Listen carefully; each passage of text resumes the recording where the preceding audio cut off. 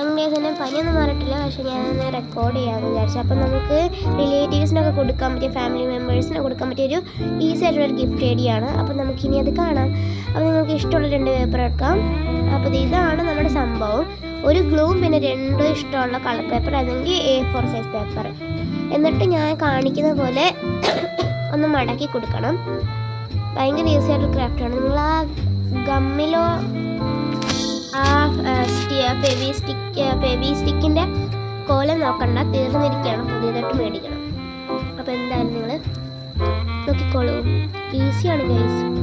നമ്മൾ ആദ്യം ബൊക്കറ്റ് ചെയ്യുന്ന പോലെ ചെയ്യണം. എന്നിട്ട് പുറകിൽ 2 ഇതേപോലെ മടക്കി കൊടുക്കണം.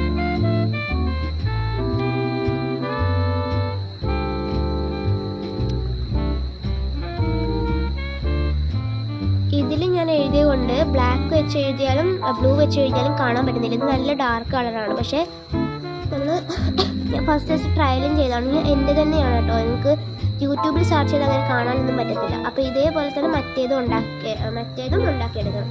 യെല്ലോയിലാണെങ്കിൽ നല്ലപോലെ കാണാൻ പറ്റുന്നുണ്ട്. അപ്പോൾ ഞാൻ അതും കാണിച്ചു തരുന്നുണ്ട്.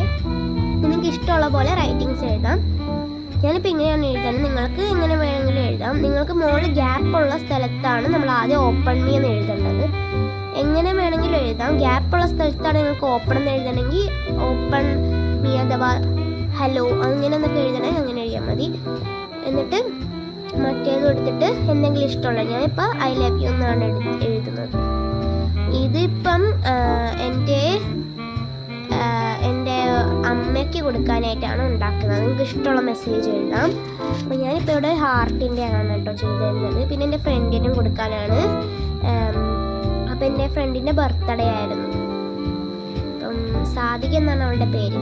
അപ്പോൾ അവളുടെ ബർത്ത്ഡേ ആയിരുന്നു. പിന്നെ നിങ്ങൾക്ക് ഇഷ്ടമുള്ള പെർസെൻറ്റേജ് എഴുതാം. 1000 ആണെങ്കിൽ 1000% എഴുതിയിട്ട് അതിൻ്റെ മുകളിൽ ഇറേസ് മീ എന്ന് എഴുതി, അതിൻ്റെ 100% ആണെങ്കിൽ 100%, അതിൻ്റെ മുകളിൽ നിങ്ങൾ പെൻസിൽ വെച്ചിട്ടൊന്ന് ഇങ്ങനെ വരച്ചു കൊടുക്കണം. അപ്പോൾ അതിൻ്റെ അകത്ത് നിങ്ങൾക്ക് 2 സ്മോൾ പെൻസിലോ പേനയോ എന്തെങ്കിലും വെക്കാം. പെൻസിൽ ആൻഡ് ഇറേസറാണ് കേട്ടോ ഞാൻ വെക്കുന്നത്. അപ്പം നമുക്ക് ഇനി അതിൻ്റെ പുറകിൽ ഒരു സ്പേസ് ഉണ്ടല്ലോ, ആ സ്പേസിലോട്ട് നമ്മുടെ സെക്കൻഡ് നമ്മൾ എഴുതിയ ഇറേസ് മീ എന്ന് എഴുതിയ ആ ഒരു സംഭവം അകത്ത് കയറ്റി കൊടുക്കണം. അപ്പം നമുക്കിനി ഫൈനൽ റിസൾട്ട് കാണാം. അപ്പം ഇതാണ് ആദ്യത്തേത്.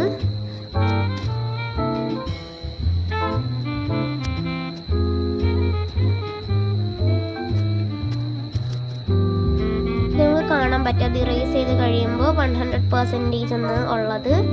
ഇനി നമുക്ക് അടുത്തത് നമ്മുടെ സെക്കൻഡ് ആയിട്ട് ഉണ്ടാക്കിയതാണ്.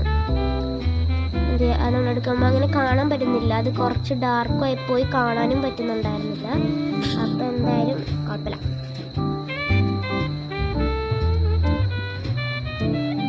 അപ്പോൾ ഇത് കുട്ടികൾക്കൊക്കെ വളരെ ഈസി ആയിട്ട് ചെയ്യാൻ പറ്റുന്ന ഒരു ക്രാഫ്റ്റാണ് ഫോർ ബർത്ത്ഡേ. അപ്പോൾ ഇത്രയേ ഉള്ളൂ. Bye bye.